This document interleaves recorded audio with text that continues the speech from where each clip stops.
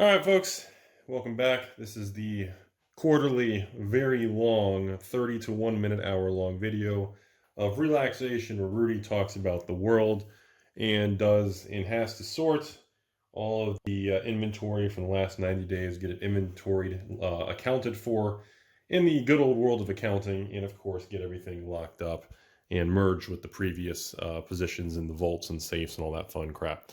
So for those of you, before I get started here, if you're looking at this visually instead of just listening, this side of the table, we have revised and unlimited that needs to be sorted and separated. After the unlimited and revised separated, the rarity between, the colors need to be separated. The black, red, green, blue, white, and of course artifacts and lands. And then by rarity. We got antiquities over there. No way we'll probably even get to that. No way.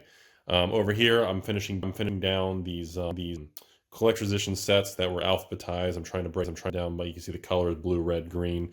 Get them all sorted, verify the cards are there, get them into the original collector's edition box, get that with the original rule book, put every book back like it was originally something years ago, almost 30 years ago. Oh my goodness. Then of course we got unlimited cards to deal with. I got a second collector's edition set to deal with. In the distance, you've got antiquity sets and the dark stuff that need to be all created into full sets and inventoried and all that. So today's topic of discussion, as we get set up and ready to roll. Sorry, the sound might be a little weird. The resolution on the camera is dropped all the way to the lowest because it's a long video. I don't want the camera to overheat or cut off. So today's topics are going to be a couple things. It's going to be very different topics, everybody. Two topics today.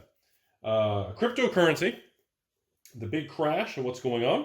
And topic number two, which is the collectible world is booming. So Rudy, talk to me about opening a card store. Should I open a card store? Is it finally the time to go back and open a card store?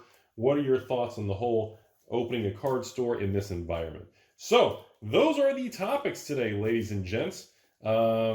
Should be a fun one. So sit back, relax, and listen to me spew my randomly moving thoughts around and tangents and all kinds of silliness. And sort some cards, relax, eat some food, get some tacos, get some fast food, and let's jump right into it. So should we start with the crypto crash and what's going on? Should we start with opening a card store? That's a tough one, isn't it? I guess we'll start with, actually, I think we should start with the crypto because that's gonna transition me really, really nicely into the actual the card store discussion because of the hotness and crashes and everything. So first, let me just be honest with everybody. I've been into collecting and investing literally my entire life since high school. I've been doing this stuff and obsessed with this stuff. We're going on 20 years, ladies and gentlemen. I first expanded and got very large into magic, and as you guys know from one of my old videos where they found my old Collector's Universe account in the message boards back in the day when message boards were nice and before everybody became very aggressive and divisive on Reddit. Yeah, we used to, you guys remember that? I went over that in the video and all that. So if you remember, that was 2005. That was my first expansion into collecting and investing in magic cards. So from 2005 to 2021, from the time I had that video and discussed it, that's 16 years, everybody. 16 years. Oh my goodness. So 16 years later, here we are. I just want to let everybody know, you have to understand where I came from and what happened. So during that 16-year time frame, just so you all understand, I have been through the crash. I remember seeing the .com September 11th crash in the stock market in Wall Street and tech stocks in the March of 2000, the .com bubble. I've been through the 2008 stock market, subprime lending real estate crash. My rental property is upside down because I went through that crash through 07, 08, 09 with real estate and with stocks. I've now been through the 2017 bear market of 2019 bear market, was it? Reserve list cards, where all the reserve list cards just tanked and did garbage, and it was just the end of reserve lists, and stay the course was born, all that stuff. And now I went through the 2020 crash of the virus crash era. So I've been through a lot of crashes, man. We've for those of you who've stuck around on this channel for a very long period of time, we have been through a lot, ladies and gentlemen. I have seen a lot. I've seen people go from millionaires to bankrupt. I've seen the highs and lows, the exuberated exuberance, or whatever Alan Greenspan said, of extreme over just greed and all this stuff. I've seen the highs and lows, been through a lot and all that. So I'm telling you all this because this is going to transition perfectly into the crypto space, what I'm doing and what I think is going to happen. And of course, transition me perfectly into the conversation of opening a game store because of what's going on in the collectible world. So all of this is tied together. Remember, the cryptocurrency world is very, very heavily connected to the Magic the Gathering world. Again, Mt. Gox, Magic the Gathering website, one of the infamous exchanges that took off all the money, blah, blah, blah, years ago. And again, Magic the Gathering people that converted over to crypto, blah, blah, blah. So money that flows, ebbs and flows in and out of Magic, a little bit of a giggity, does tend to flow in and out of crypto, in and out of Magic. There is a correlation between the two, I don't know, asset classes, the hobbies. I don't know what word choice you guys want to use, but they're connected. There is a, as we like to say, there is definitely a pretty solid correlation. They move tandem. The beta, for those of you who don't know what that is on Wall Street, the beta of Magic and cryptocurrency is probably pretty close to 1-to-1. Maybe not anymore, but for the longest time it was. Because right now, we are seeing a very massive, by percentage, decline in the crypto world. I mean, a massive crypto decline, ladies and gentlemen. I mean, Bitcoin hit a high of 65,000, or 64 and change, whatever. And we're seeing Bitcoin around 30,000 now. So you were talking over a 50% drop. You scared? You concerned? So obviously, I've never been a very big crypto person. I've known about crypto since about 2012, when Bitcoin broke 100, then broke 500, then broke 1,000, all this silly stuff. I've never really been a part of it. Now, about January, February of 2021, I did start actually, from some other colleagues, friends, and investors, collectors, and even some other MTG store owners, started to really kind of poke me regarding the crypto stuff. In addition, I had a lot of patrons, especially non-USA patrons, who, were having issues with PayPal, and they wanted to pay through crypto and, to get non-Magic related products or Magic related products shipped to a USA address, but because they're outside the country, PayPal won't let them ship to a mail forwarding, or, they're not allowed to ship to a USA address. And, obviously, the only way, even if you're out of the country, if you have a USA address, I can still ship you a box of Magic. But literally, the shipping label in the paperwork must show me shipping to a USA address.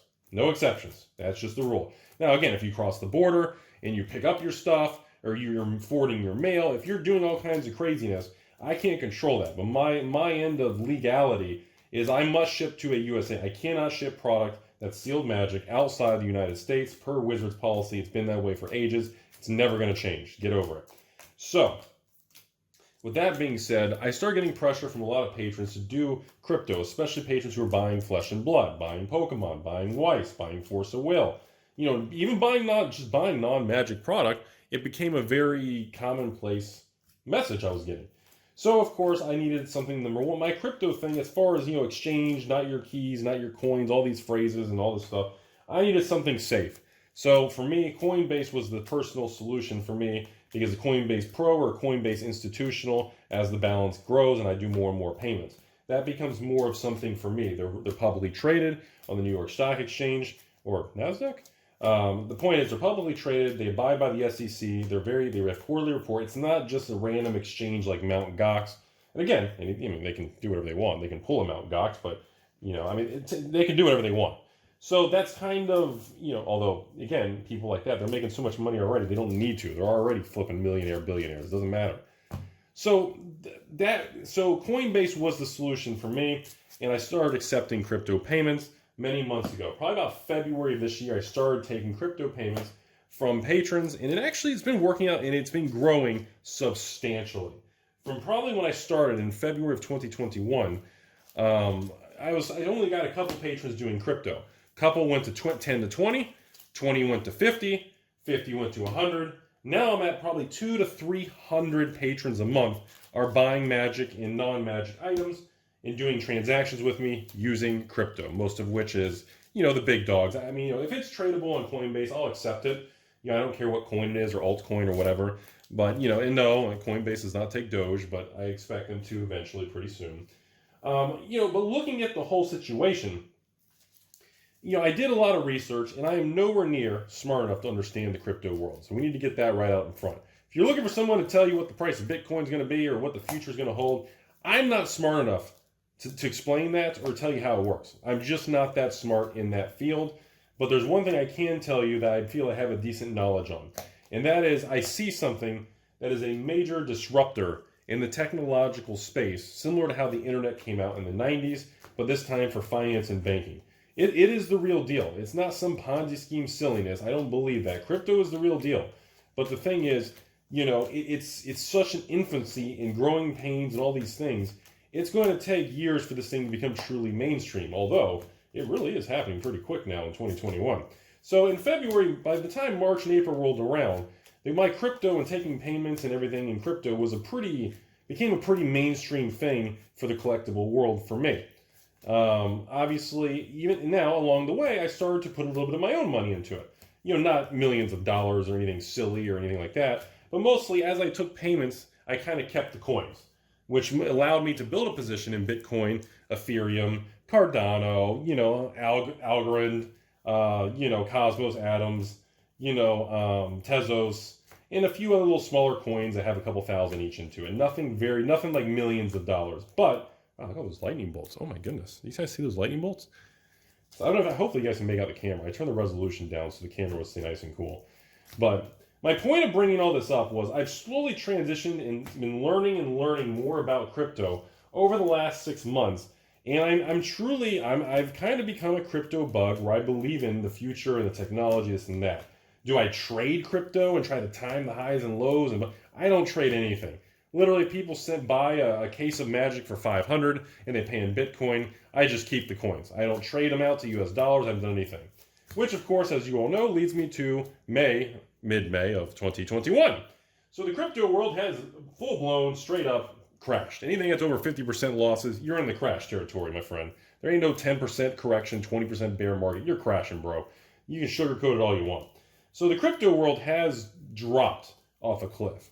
So I can be very honest, in my personal opinion, I've made the decision for the first time ever to actually start building positions now and expanding my own money into crypto pretty heavily. I've been buying, every time we drop another 10, 20%, I've been buying pretty significant amounts.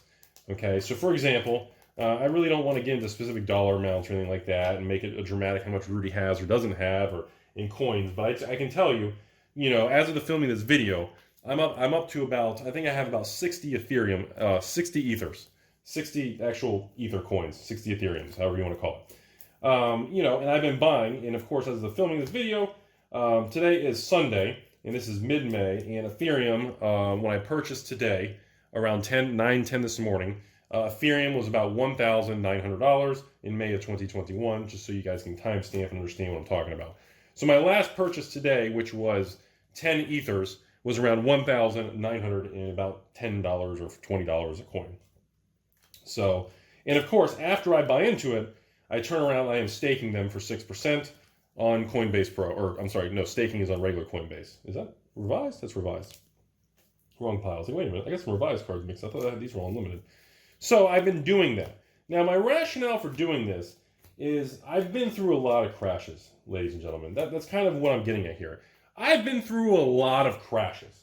I've seen highs and lows. I've seen the crashes in Magic where my Magic inventory dropped millions.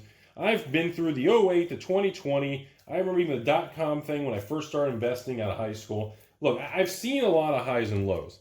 And I can tell you that this crypto thing, it's crashing hard. I'm not going to sugarcoat it and tell you guys this crypto thing isn't really real. It's not. No, it's real. Oh, and it's crashing. That is a 100% thing. The crypto world, it's in a house of pain. But I also want to tell you all something. The whole thing we went through in 2020, when, you know, and I've become kind of infamous for it at this point, is we talked about the whole stay the course with Magic. Because in 2020, I was the only moron on literally YouTube in the 2020 pandemic telling you to buy flippin' stupid reserve list Magic cards. I was the only Timmy out there. And boy, did I get ridiculed for it. Because again, what kind of idiot, and the world's coming to an end and the virus, everyone's dying, etc., who wants to put all their money in Magic cards? Buy lists are shut down, panic is everywhere. That's where we were. And I knew at the end of the day, I didn't think it would be this quick, but I knew eventually things would level out and restabilize at lower price points. We would stop falling and eventually a new floor price and new stabilization will take place. I also learned from all my experience of '08, real estate crashing, '08 crash, 2020 crash, blah, blah, blah, reserve list crash, 2019. You know, I've learned something also about trying to time these things. You can't do it. It's physically impossible to get the bottom and buy into it's physically impossible. That's why, and today, the amount of people saying, oh, buy the dip, buy the dip. Well, that's smart. But again, like I always say, don't go all in. If your bankroll is $1,000, then you need to be buying $100 every time it drops 10% and be prepared to do it 10 times. And every time you do it, you need to be prepared that once you click that button, you're going to start losing money. Okay? So think about what I just said. You need to be prepared, just like in 2020. When I was still buying Magic collections, when they were literally, the average Magic deal went through in 2020 at between 40 and 46 cents on the dollar. A few deals went through in the 30 cents on the dollar. A few deals went through in the 50, 60 cents on the dollar, depending on what they had and how bad I wanted it. But the average deal in 2020 went through between 40 and 46 cents on the dollar. Now, when I say those numbers, that's also based on, well, the previous highs, I guess you could say, to how far things dropped. Now, obviously in 2021, people are watching these videos and listening to me go, oh my God, look how many cards Rudy has now. Look at the... Remember, you got to understand how we got here. It's easy in 2021 to listen or watch me discuss the old cards and the quantities and all these things. It's very easy to just be kind of in a state of shock or wow or too late or FOMO. It's very easy to be like that. But you got to remember, in the time when there's crashes and problems like crypto's going through now, these are the times that it weeds everyone out. These are the times that all the little Magic the Gathering investors, when that reserve list was tanking, buy lists were off. I mean, the paper hands, they didn't fold. The paper hands disintegrated. It was like you dropped the paper hands in a pool and left it overnight, and that paper was muck. There was nothing left. People got annihilated. Now, remember, I don't use leverage either. So in the cards I buy or the crypto, whatever I'm involved with, I'm not leveraged. I'm not on margin. So be aware of that. I don't have any risk of margin calls and short-term this and that. So keep that in mind. I got to lay that out there. So just understand, I don't know what this crypto and Bitcoins and altcoins and Ether, I don't know what the bottom is going to be. I don't know when it's going to bottom. Nobody does. The only people who do are either lying to you or they literally have a DeLorean, okay? Both of which I'm highly suspect of. Highly sus. So, based on knowing that, and based on being through all these crashes, I've learned a lot of things about the state of mind, mentally handling it, and the highs and lows of this stuff. And some of the biggest things I've learned from dealing with that stuff is actually the bottom shows up in any form of crash when you least expect it. We may have already bottomed. We may be bottoming when you're watching this video. We may have not bottomed yet till next month, next year. There's no way to know. And you have to accept that when you click the button or when you buy the Magic card or you buy that crypto, you will immediately, from the moment you click the button, you will start losing money. And once you accept and you rewire your brain to understanding that, that will become kind of your tipping point of trying to understand and become a better collector or investor or holder or hodler or whatever you want to call it in 2021. It takes a very specific person and someone with serious experience to handle the swings and storms and price movements of these type of things. And, okay, here's a good one. For those of you actually watching the video, here, look at this. Here's a great example. In 2020, in the crash, look at this. 2 Shivan Dragons Unlimited and 2 unlimited wheels. Do you know what the price of these were at the bottom in March of 2020 versus the price today? That's all I have to say. The price difference on those particular cards today versus literally 12 months ago is breathtaking. Now, of course, how many people actually bought 12 months ago? Next to nobody. I would say less than 1%. And that's exactly the point of the difference. And, that this crypto thing going on in this crypto and blockchain technology is in the infancy stages of something major. I don't know what it's eventually going to be used for. I don't know what it's going to evolve and change to. I don't know if Cardano is going to be number 1 or number 1,000. I don't know if Doggy Coins and Doge is going to become number 1 or going to go to 0. I don't know that kind of stuff, okay? But I do know the importance of investing and being a part of things. And we've talked about this many times in the past, ladies and gentlemen. The risk of not being a part of something is greater than the risk of losing 10, 20, 30, 40%. Because I personally, just like magic cards, well, Rudy, what if magic cards go to zero? You know, you're always going to have the doomsday naysayers, period. And those are the people, those are just the extreme bears that usually never get, they never build wealth, they never get anywhere. They're just overly pessimistic nonstop, and they always think the world's coming to an end. And honestly, those people miss out on a lot in their lifetime, and that's called regrets. That's regrets. And I can't stand regrets. That is my pet peeve in this world. I got no problem screwing up, you know, investing in a bond that defaults, buying a magic card that goes down, overpaying for a graded card, buying a crypto that loses 50, 60%. I can handle that, okay? That's fine. I can stomach that. I can make progress with that, okay? But let me tell you all something. Like right now, you know, when I see things like Algorand at like 70 cents as of the filming this video, and I bought, you know, 10,000 worth this morning, and I see something like Cosmos and the Atoms that pay 5% for staking at, you know, $9 an atom, and I see things like Tezos at $250, $260, and when I see, you know, Ether at, you know, down to you know, the 1900, 1900 range bouncing around, when I see certain things that start to become, in my opinion, how do I say it? In my opinion, start to become so cheap or attract. How do I say it? It's not necessarily cheap. It's cheap based on in relation to where they were, but we don't know if cheap is going to be cheap in the future. All I know is I look at it this way. It's risk reward. We don't know what's going to be considered the low or cheap or not. But I do know the rubber band theory, and I do know what it's like to go through crashes, and I also know where the biggest wealth transfer always happens. Okay? In Magic the Gathering, I'm going to say it again, for those of you who are not around or haven't listened to my other long-form videos, in Magic the Gathering, 2020 was the greatest Magic the Gathering wealth transfer in the history of Magic the Gathering. You guys understand that? I'm going to say it one more time. 2020 was the greatest transfer of wealth in the Magic card, almost honestly, the collectible world in history. History! I don't think we ever see it again. Or at least not in my lifetime. I will tell you, it was the ultimate Black Swan event.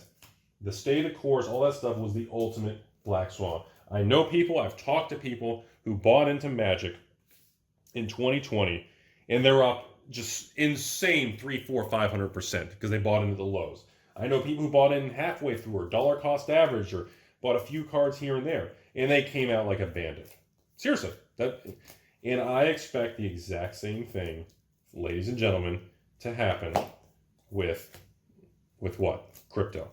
It's going to happen. Now again, whether Bitcoin keeps dropping from 30,000 or 32 or whatever it's at to 20 to 10 to I don't know. I know a lot of institutions and a lot of big whales are involved. I also know that there's some big whales and big wallets that are continuing to accumulate coins.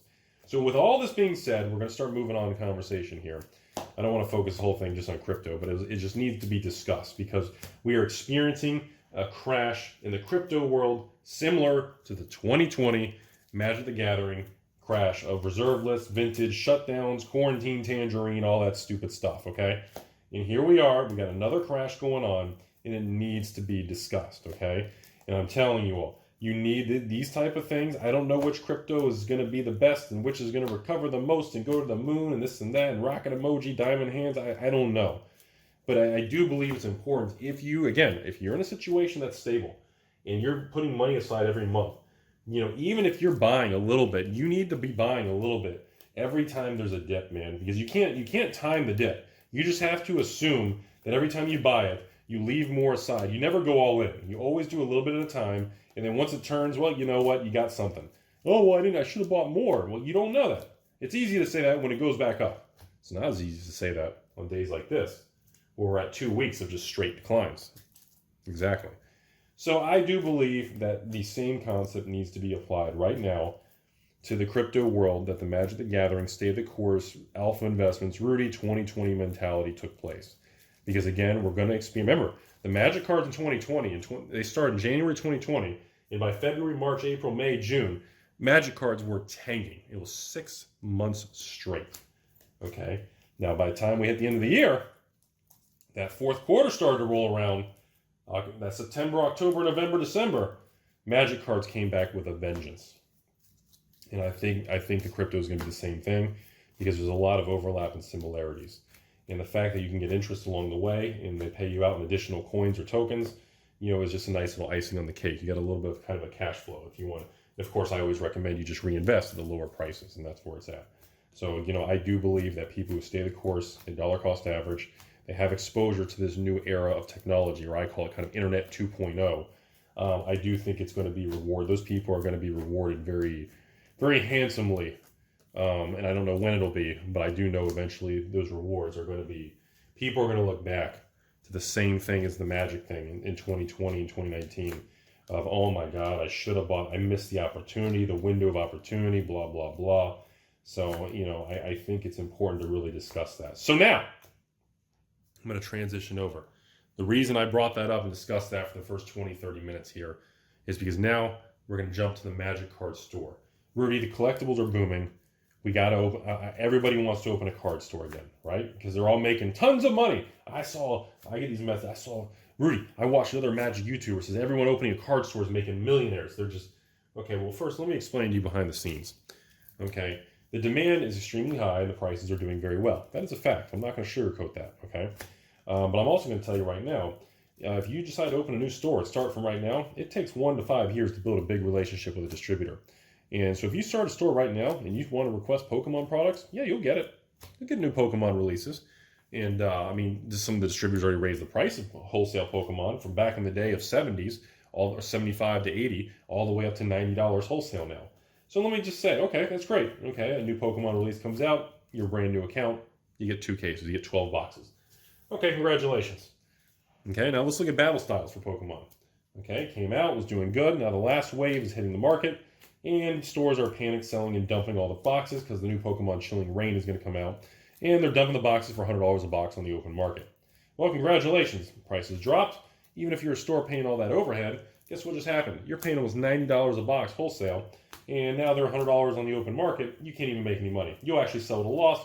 Now you have overhead employees and all these expenses and rent and utilities and insurance and credit card fees, and you can't even sell your inventory at a profit. You are now back into a corner and you're in some big trouble. So what happened to all these millionaire stuff, huh? So that's the thing, is the reason I'm telling you is just like the crypto, just like the Magic, all this stuff, the same concept and mindset can be used on almost all these things, ladies and gentlemen. And that mindset is you have to be careful because things can turn on you extremely fast. And when they turn on you, if you're not ready or you're a new store or anything, you get caught with your pants down and you will get annihilated, ladies and gentlemen. And that is what I'm talking about. Those are my concerns right now, okay? That's what I see happening to new people who don't really know behind the scenes, and they just think, oh, everything's just worth a fortune, and the card stores, people are making millions and all this.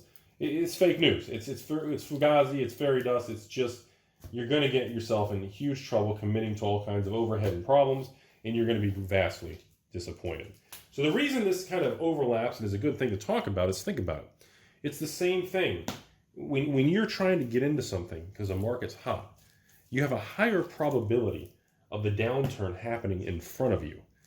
See, what happened in 2020, when everything went to hell, and I was talking about the stay the course, all this crap, and I made all these videos and yelling stay the course, this and that, buy cards in the crash, all that. You have to remember, those are the best times in history to buy because the greed fear index is just, people are so scared out of their mind.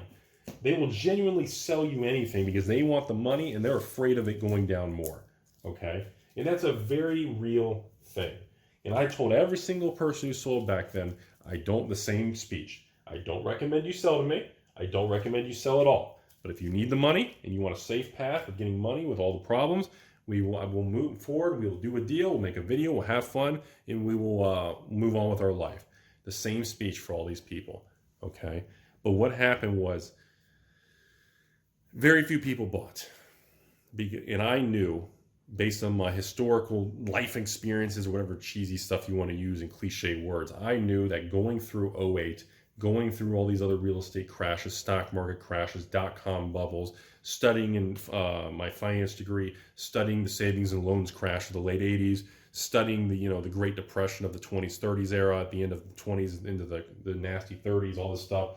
As you get older, your brain develops and your perspective shifts. Things become less foggy. You see things differently. And I knew in 2020, with everything crashing and burning in magic, I knew the risk reward, what that teeter-totter was so tilted. I knew the downside risk, and this is what it's about here, not about the money. I knew the downside risk of further declines was now shifted in my favor. So for you, all of you gambling poker people out there, it's the same thing. It's like a poker player or a blackjack player who card counts and understands the high-low of the deck or whatever's going on. They found an edge. And it was the same principle that I used, and I was involved with this. I knew that I was in a moment where I had found an edge. In 2020, I knew it tilted where the downside risk shrunk and the upside potential was huge. And that's why I went big. I bought hundreds of thousands of dollars in vintage magic cards and collections and everything. Okay? So, sorry, I'm going to walk around here. So, the same thing applies now, ladies and gentlemen, to the crypto world and the card store thing. The magic card and the Pokemon card and the whole world of this stuff in collectibles is booming. So because of that, the risk of a correction and a downturn in collectibles is the teeter-totter is tilted in a position I'm not very attracted to, which is why, if anything, I really don't recommend you start or open a brick-and-mortar store post-2020, all because you think the collectible world is quote-unquote on fire, doing well, it's hot, or whatever flashy words you want to use. So when you put all that together, you have to see that's the principle, that's the concept. It's the risk-reward, it's probability. That's all you're playing on this stuff. You're placing guesses and bets on the odds of certain events happening, okay? And when certain events, the odds become greater or lower, that's really what should be dictating your decision-making skills. So for me, I've made the decision to now, for the first time ever, really start buying crypto the first time in my life. And every time we have these drops, I'm adding to my crypto positions. And look, I told you guys that. And I'm ready to keep going. I can go probably another 5-10 times before I back away. So essentially, I can go in crypto, I can go with, Ethereum's at 1900. If it drops to 1700, I'll buy again. If it goes to 1500, I'll buy again. 1300, 1100, 900. But then we get probably down to 500-600 range. I'll probably either be out of liquid cash or I'll want to start backing away. So overall, I have a pretty strong plan in place to be able to navigate and move forward with that, okay? So, in the same concept can be said with collectibles. Like I told you guys, in 2020, when the magic card, everything had already dropped, you're buying into a situation where everything already dropped. Think about that. In crypto's the same thing. Crypto is dropped 50%.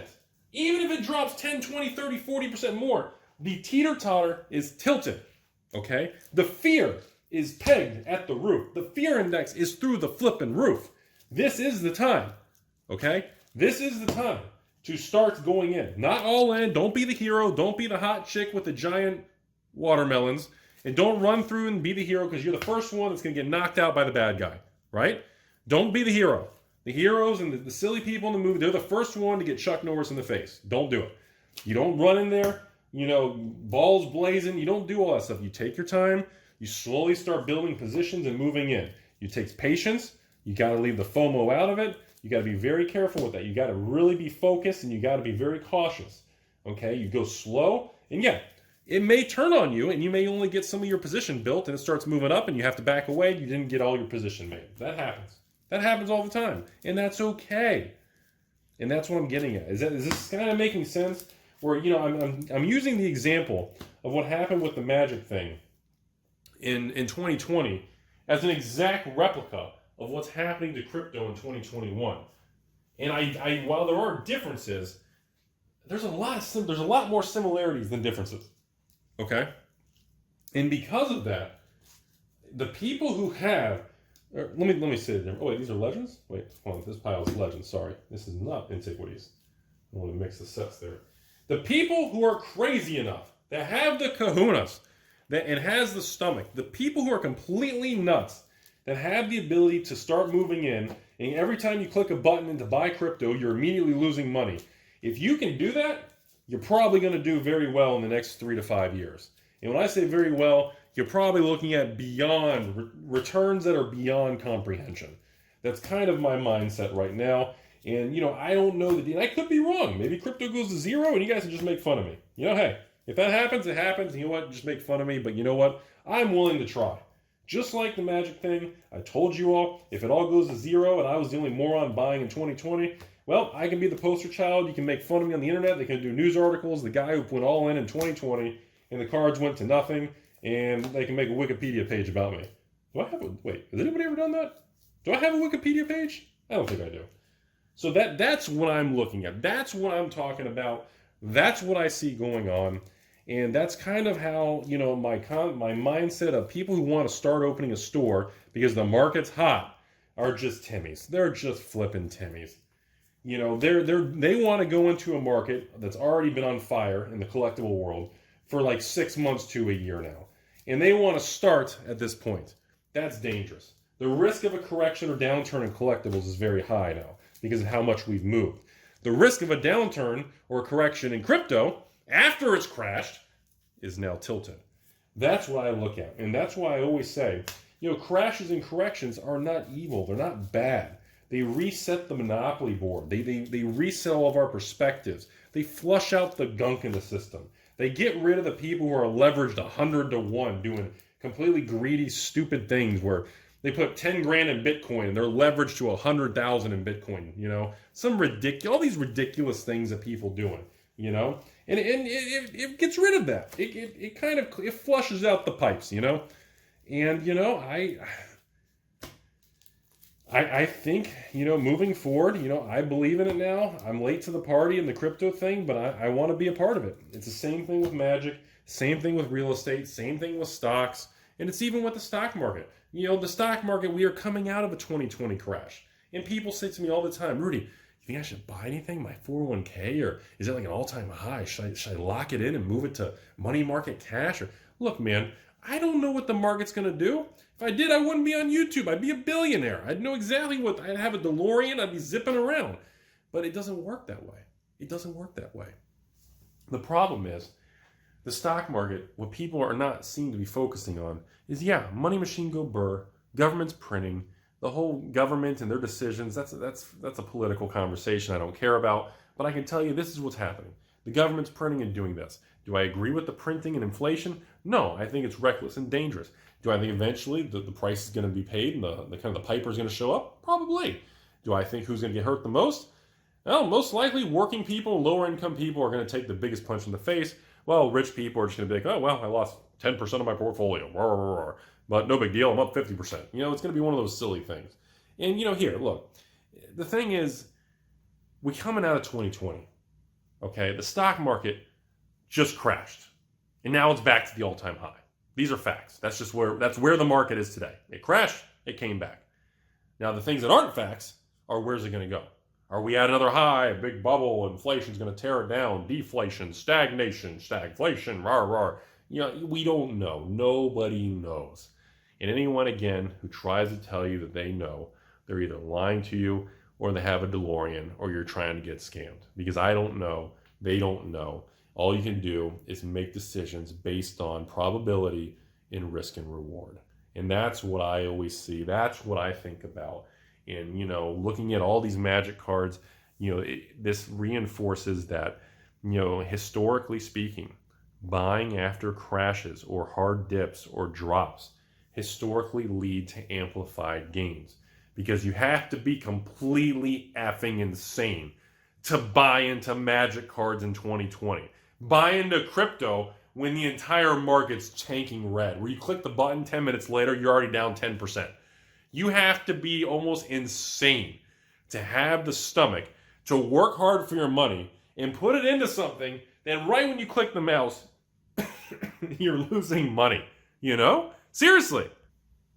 Anyway, so let me grab some more cards here. We'll keep the video going. All right, I'm back. Had to get some cards here. So we've made a lot of progress on card sorting here. Sorry, everybody, but let me kind of restack here. But I just think, I know not many people are going to watch. I mean, we're going on, how long is this video? Holy crap, 40 minutes. You know, I know this is a long video. At this point, probably less than 1% of the viewers are even watching. These videos don't ever get the extreme amount of views that my regular box openings or news reports and drama related things get. But, you know, the important component of this video, though, is just to understand just how you see the world and how your thought process is. And I hope that really makes sense to at least a good amount of people out there, because that's really the most important takeaway. Is, you guys have noticed, I'm not really talking about investing XYZ and, you know, $1 million here or $5 here. I'm not really talking about that. I'm really just focused on telling you guys, you know, the perspective. Looking at the overall, let's look at the facts. Look what we came out of. Look at the crash. Look where we are. You know, and what are the odds of ABC happening or XYZ? That's really the most important conversation to have, because most people don't have anyone to have these types of conversations with.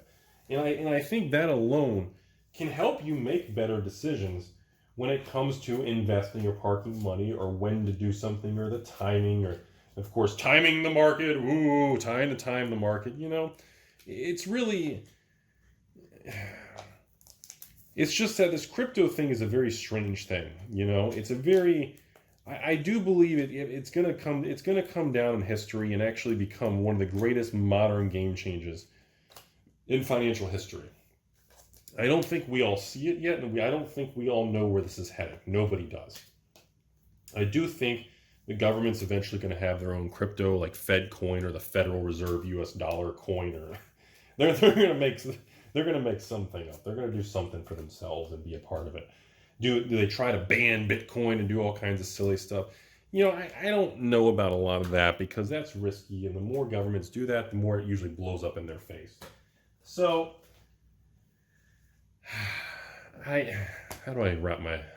what's a good closing way to say this, you know? I think overall, we're in a very strange point in human history. And I don't think most people realize what's going on around them. You know, you really want me to go into the conclusion, philosophical ending of this video here. I think the average American, and sorry for my international viewers, but sorry, I'm going to focus on America here. I think the average American is so wrapped up in just trying to make ends meet, their job, a bonus, their routine, their family, their schedule, their bills, and, you know, and just making it through each week or the weekend, and just getting to the end of Friday, you know, here comes Monday. And I think it's led to a situation where, you know, and I know this is super cheesy and cliche sounding, but most people don't have the ability to kind of free their mind, or, you know, some people call it being red-pilled, or some people call it being woke, or, you know, very abrasive, very, very politically charged words nowadays that have been kind of used for different reasons. But, you know, I'm talking about just being awake, just being really aware of your surroundings things, not really in a political tone, but more of a, just, you know, when you're so wrapped up, like when I used to have my real job as an actual stockbroker, excuse me, from 2007 to 2012, you know, through the whole crash, boy, that's something I'm never going to forget. You know, the thing that really surprised me was, I remember in that time period, that was the time I was least involved in magic. And God, I made a lot of mistakes. And I remember looking back, I was too busy, you know, chasing girls and other chicks that worked there, and other female stockbrokers, and going out at night, and, you know, stupid stuff, which, you know, yes, I had fun, and yeah, it cost money, but I lost focus.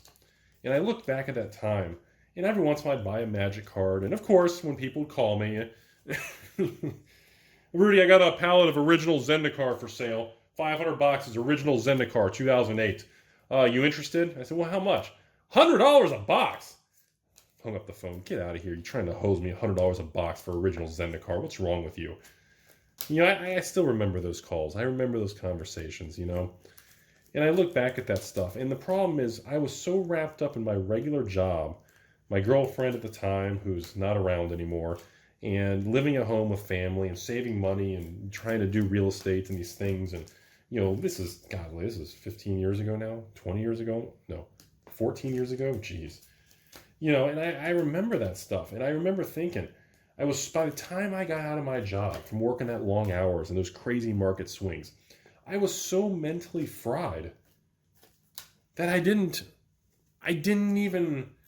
have the ability to free my mind and think about other things or build something or start a side hustle or really be focused. I couldn't do anything because of the company and the job. By the time you get out of that place, you're so mentally wiped out, you don't have the ability to go outside, dig a hole, and be a carrot for an hour and think about the meaning of life. And that's one of the things that I always really dislike, that when you work for companies and when you're stuck in that rat race hamster wheel, you don't have the ability to really focus and think and be creative and come up with wild things. You lose that ability. It's almost taken from you because you're so trapped into that job or that paycheck or that boss or some hot guy or girl that you work with or someone, your coworkers or colleagues. You're so wrapped up in it, you lose focus and sight of all the big things that happen around you. And I remember that very clearly because I remember the mistake of not paying attention to a lot of things. There's a lot of things I just didn't. I was like, why did I do that? Like, wait a minute, 2009 after the crash, why wasn't I buying magic cards? Beta, PSA 10 beta moxes. A beta mox ruby, PSA 10, $2,000.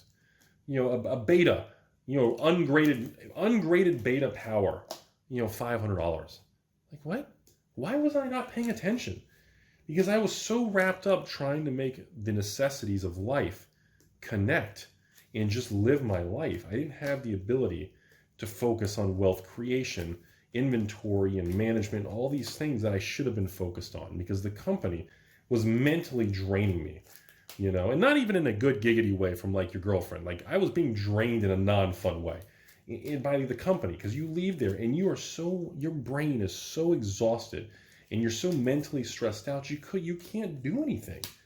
And that's something that I hate to say it, but I've become very anti-college and very anti a lot of things now because I really believe it's about, I feel like I learned more about working hard, entrepreneur, and hustling as a bartender and server in a restaurant, in a busy restaurant from like 04 to like 06 on one particular restaurant I worked at.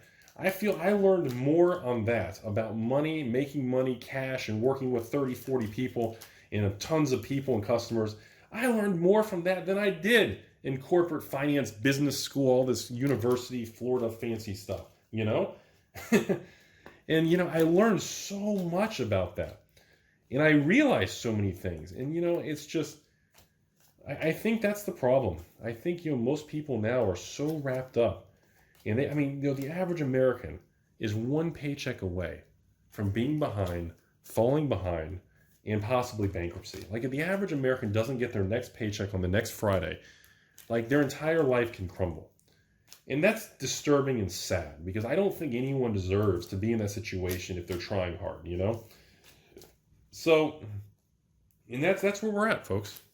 That's where we're at. That is, I think in 2021, and people see this crypto drop and collectibles booming and this and that, a lot of people are going to go, whoa, I'm glad I wasn't a part of that crypto. Everybody lost half their money. And yeah, my bank account and my little crypto account and everything, it tanked. I'm probably down 40%. Well, maybe not 40%. I'm probably down, 30, 40, maybe about 30, 40%, because I've been buying on the way down. And of course I started, because I was taking payments when, Ethereum was 4,000, but I was also taking payments when Ethereum was 1,500. So I'm probably down, I'd say I'm down 30, 40. I'd say 40. Let's just say 40%. It's probably less, but let's just figure high. And, I'm really, any other point in my life, like I'd be super upset and stressed and checking the charts and the market and checking everything, And I'd be checking it all day, flipping out. What do I do? Do I liquidate? Do I take more losses? And that would have been the old Rudy. That's what I used to do. And now I realize that, and I know some people are going to say, well, yeah, Rudy, because you have more money and you're financially independent, it's easy for you to say stuff like that right now.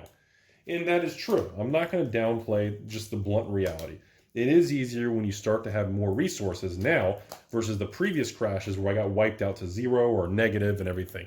And that is a fact. I'm not going to downplay that. It does make a difference on your financial strength and what else you have going on in the world. So, but I also know for a fact that coming out of all the experience and all the crashes, again, the biggest wealth transfer and the biggest wealth, money creation, everything is always transferred and created and moved around during crashes in extreme panic when there's blood in the street and people are saying the end is near. And I definitely see that. Right now, I don't see that in the Magic card world.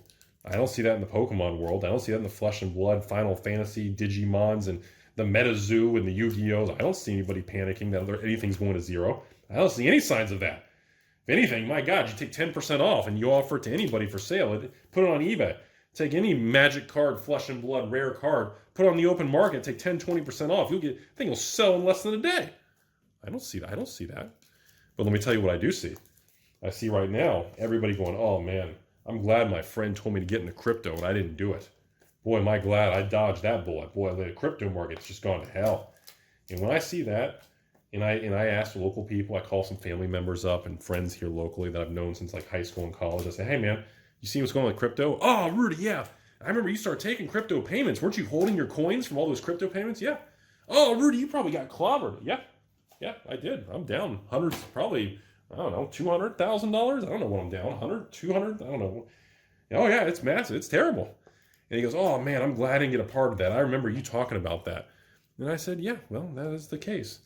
And it's just when I see people now saying, I'm glad I'm not part of it, or I dodged a bullet from crypto. When I start seeing that kind of thing, and that's what I'm noticing, that's exactly what I noticed. The same thing happened to me when I was a broker in 08 and 09. When I used to have clients and they were all in cash, and I had to call the client and say, man, look, your retirement account's in cash for the last 5 years. The market's tanked. This is the time to buy. And these clients said, Rudy, there ain't no way in hell I'm going to buy with my retirement account with your brokerage firm. And I just said, okay. And I said, I mean, look, I understand. He goes, dude, everything's down 40, 50, 60%. I ain't buying nothing. And I said, okay. And this was 08, 09. Obviously, the Dow at the time, if you're not aware, the S&P 500 hit the devil's low of 666 in March of 2009. I don't know if you all know that.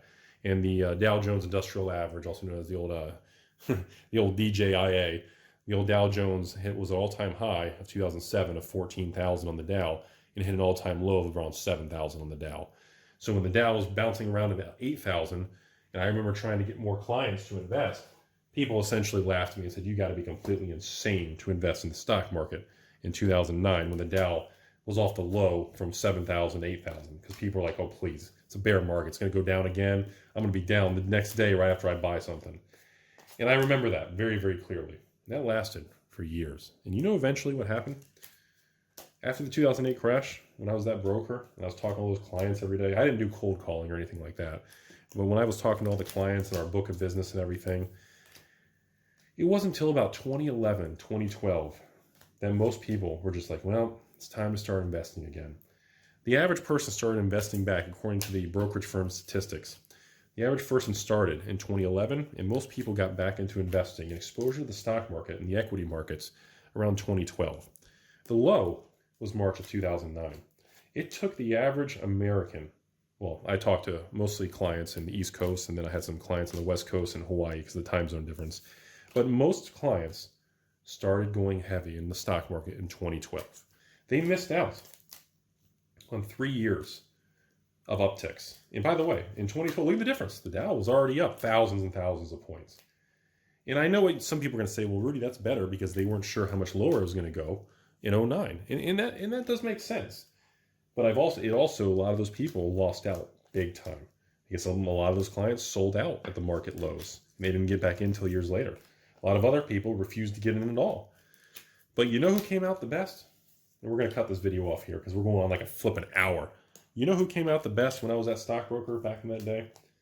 The clients who did the old DCA, the dollar cost averaging, not the big inappropriate words of the big D word. No. The DCA clients. The clients who had the automatic investment that were investing $1,000 every single month, even at the peak of 07 in the stock market, And they bought $1,000 a month in their investment account every month through 08, 09 at the bottom, 2010, 11. They did it every month. And let me tell you something. Those accounts by 2012, 2-3 years later, oh my God, they were up big, bro. I mean, some of these guys with these accounts has such amplified returns because not only did the previous principal come back, but they were buying all the way through the lows. And what they didn't, of course, at the time, they didn't know those were the lows. The market just kept moving. They didn't know 09 was the low. Nobody did. Everybody thought it was going to keep going down. Even when the market came back a little in 2010, everybody was like, oh, don't buy in the stock market. We're going to retrace the bear market. We're going to go back down. And that wasn't the case. Literally, the stock market, after the 08 crash, from March of 09 to literally 2020 of the Corona crash of March 2020, the stock market, sure, there was turbulence and drops and corrections. Who cares? The stock market literally went up from March of 09 to March of 2020, everybody. Do you understand the significance of what I'm saying? The bottom was March of 09. It didn't have the next crash until March of 2020. It's flipping 11 years. 12 years? Yeah, actually 12. I mean, we're talking massive returns. Flipping insane. I've seen client accounts that made so many millions, it's perverted. And the same thing with Magic. Same thing when the drop of Magic happened in 08. Same thing now, and here we are. The next crash is upon us, and the exact same thing is happening. This time, the crash is around digital currency and the new revolution of internet technology known as crypto blockchain technology. And while a lot of people don't take it seriously and think it's silly, and I did, I was one of those people for 10 years. I didn't actually put time into learning about it till literally January of 2021. So I'm very late to the party. But let me tell you all something. And again, just like 2020, if I'm wrong, feel free to make fun of me and bring it up in the comment section. But every time we drop now over 10%, I'm buying. I'm adding. I'm buying. I mean literally, I'm literally adding to positions very heavily. For example, I literally want to buy like one whole Bitcoin every time we drop 10%. And just do that, because eventually there's going to be a point where it's going to stop dropping. And I don't think we're going to have some V-shaped recovery where it just bounces back and Bitcoin goes to 60, 80, 100,000. I think it's going to be a long journey. But let me tell you something. The last thing in this video, we're going to end the video. Let me tell you all something. Time flies in this world. And you cannot sit back and wait. You cannot sit back and just be all talk. Some of the biggest mistakes I've ever talked to anybody over the years, whether it's stocks, bonds, real estate, crypto, collectibles, magic cards, poking your mom, fooling around with your ex, whatever, your step bro in the washing machine. Let me tell you the biggest problems of this world. Most people are held back because they talk themselves out of good ideas. And most people have amazing good ideas. And guess what? Most people, they don't act on them. Because after you have an amazing good idea, you talk yourself out of it. Or you cool off and you go back to lunch with your coworkers. Yeah, you go out and have a smoke break. You hit the old convenience store on the way home, get yourself a scratch off or some vapes. And then before you know it, you resume your life, you go home, you watch your favorite shows and sitcoms. Maybe you watch a little internet fun time for 5 minutes and relieve yourself, and then you resume your life, and then you forget about that good idea, or you just don't act upon it. And when you do that, those are the opportunities that you don't realize how big of a deal it was. Let me give you guys one last thing, because I know it's an hour video, no one's watching. Let me tell you all a fun story that no one knows about. I was having dinner with the family in 2016 at my favorite Mexican restaurant. And they went out of business, unfortunately, in 2020. They didn't survive the COVID crash. In 2020, I went to a restaurant with my mom and dad. My favorite man, we had grilled steak fajitas and grilled steak stuff. Marinade, it was amazing. Great stuff. Everybody loves. We got some nachos and fajitas and everything. And, and I pitched the idea to my mom and dad. And they were sitting across the table. And it was like some sort of Ocean's 11 silliness. And I said to my parents, I said, I have an idea for my YouTube channel. And my mom and dad go, oh God, here we go, son. All right, what is it, Rudy? And this was 5 years ago, everybody. And I said, well, why doesn't somebody offer like collectible card boxes at like almost like a wholesale price at like a safe, reliable source, where it's not like, and of course back then Amazon didn't really sell direct with Wizards. It was just, in other words, instead of going to Walmart and risking resealed and returns and mystery boxes, and why doesn't somebody offer that? It's like the same thing Costco does, or BJ's or Sam's Club. Why doesn't somebody charge a couple dollars a month, give people access to safe, like a reliable, a scam-free concept where they can enjoy and get collectibles? And my parents, they were the first ones I pitched it to 5 years ago on a Mexican fajita dinner, and in the beaches, Jacksonville beaches, and here in Florida. Beautiful night, it was great, and they didn't. And actually, I'll be honest with you, they didn't like it. My mom thought it was a terrible idea. She thought that I'd screw it up or it wouldn't work, and she thought that it could bring down the YouTube channel. And this was 5 years ago. And at the time, I had just opened a Patreon account, and I had 3 patrons, and one of which was my mom. So I had 2 real patrons, And I look back at that, and I asked my mom in recent times, why did you think it was a bad idea to do what I'm doing with the YouTube growth and the Patreon and being involved with the buying and selling and almost like a mini distributor? Why did you think it was a bad idea? And to this day, she says, honestly, I'm not really sure why I thought it was a bad idea. Maybe it was fear, maybe it was unknown.